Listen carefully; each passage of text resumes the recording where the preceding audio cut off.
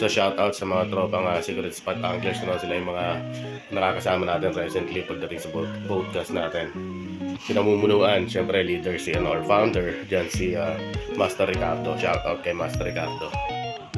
Yan, balik natin sa dating pwesto, no? Kaso hindi pa natin na ay makumpleto dahil nandoon pa sa kabilang bahay yung ibang rad. Kaya tinayos natin, pero yung mga lure kasi tinan ninyo. Simula na dumating ako dyan ko rin nilalagay sa maleta. Kalat-kalat kasi nabago yung ayos yung umalis ako. So ito yung pinaka-immediate ko, pandagat yan. Yan, kadalasan ito yung mga pandagat natin. No? Ayun yung leader line natin. Yan. Immediate. Tapos ito naman yung mga reel. Ito galing sa Equatorial. May nagbigay sa akin ito. Ito yung survival rod, pen rod. Yan. Ito yung ito galing yata kaya yan. Kung saan nagaling yan. Tapos ito. Tapos ito yung old natin Calamos.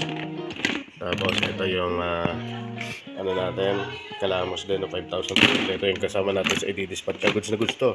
Goods na goods mamaya Actually greasing lang to Greasing lang yan. Mamaya makikita nyo. Para makikita nyo. Mag-i-dispatch natin. Naman hindi yun. Greasing lang to. Ayan 5,000 yan. Maayos yan, walang gas, power knob. Greasing lang talaga to. Siyempre pag mababasa to, tapos ilalak natin ang nakabilaan kasi yan. Ilalak natin yan. Yan. Wala pang malugo. Holding pitik. Yan. Casking 80 strands. Yung nito, log wool dyan. Yan. Nakita niya na 10,000 series. Ito naman yung natin Spartacus. Ito yung Calamos.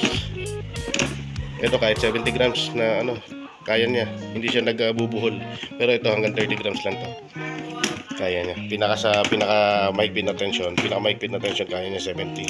Kaya niya 80. Hindi magbubuhol yan. Tapos ito yung Daiwa YOLO brand. Power knob. Kita ninyo. Glow in the dark to. Pagka glow in the dark yung nag-glow. 3,000 series. Yan Okay pa rin to. Yan. Alright. Yan.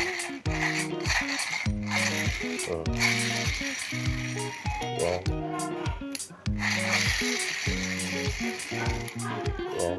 Parang ayaw tumigil pa natin. Tapos, ito naman. Hindi ko pa nagagamit to. Actually, hindi ko pa nagagamit to.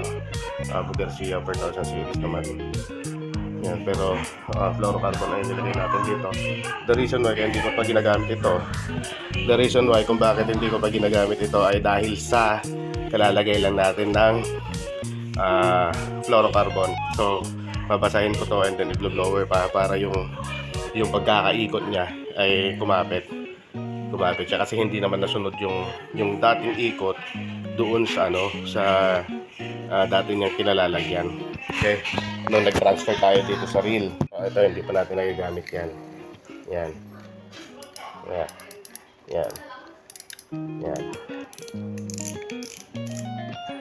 Ayun, nakasabit naman ganyan na lang natin yan 4,000 series din. Okay, and then yung Shimano FB na pagkatagal-tagal na pero swabing pa rin yan. Swabing makikita nyo naman yung mga gas niya, scratches niya. Swabing to. Natatandaan ko nung may 8 kilos na karpa na nakuha ko noon. Tapos walang drag. Tapos ang agwat lang ng line ko from my rod tip is mga 2.3 meters. 2.3 meters yun. Kasi lang siya na snag. So hindi ako naglagay ng drag. Yan yung Shimano na rod tsaka ito.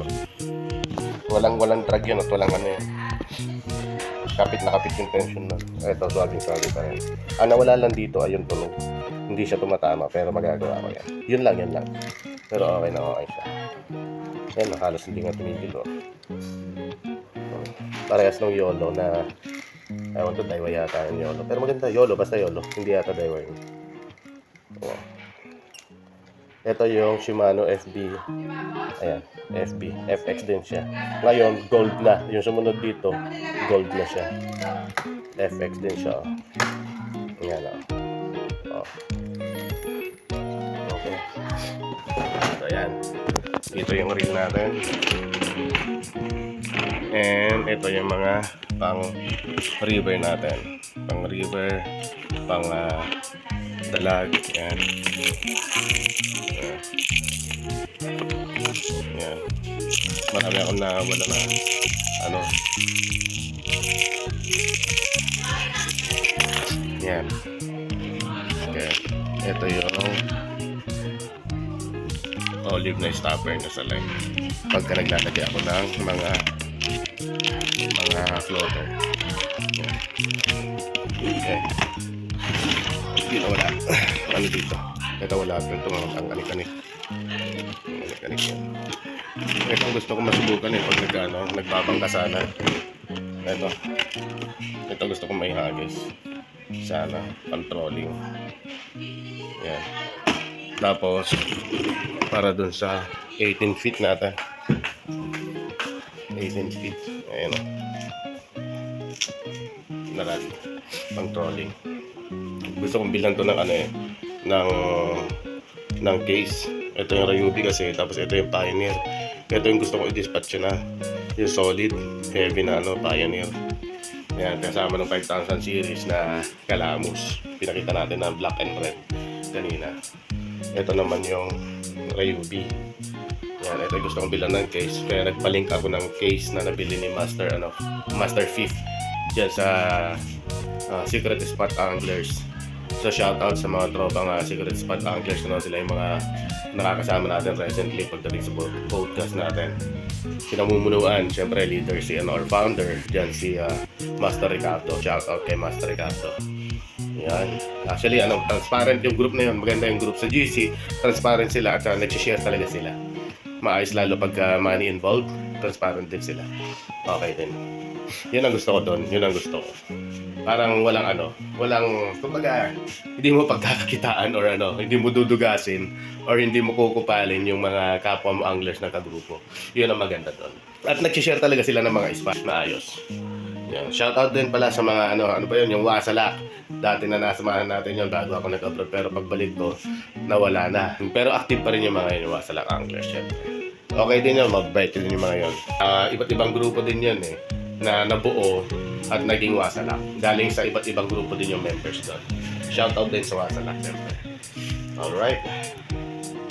So nag-organize lang tayo. Ang problema ko yung mga fishing accessories na nasa kabilang bahay. Kung saan ko pa isisingit ulit. So siguro magpapalit ako, may dadalhin ako dun sa probinsya katulad nito Ayan. Dadalhin ko na lang to sa probinsya kasama nung Black Hawk natin. Tapos kukunin ko ulit dun yung Yuming Bonite at yung isa yung 1.8 natin. Ayan. Gusto ko rin to sa totoo lang. Dalag din nangyari yan.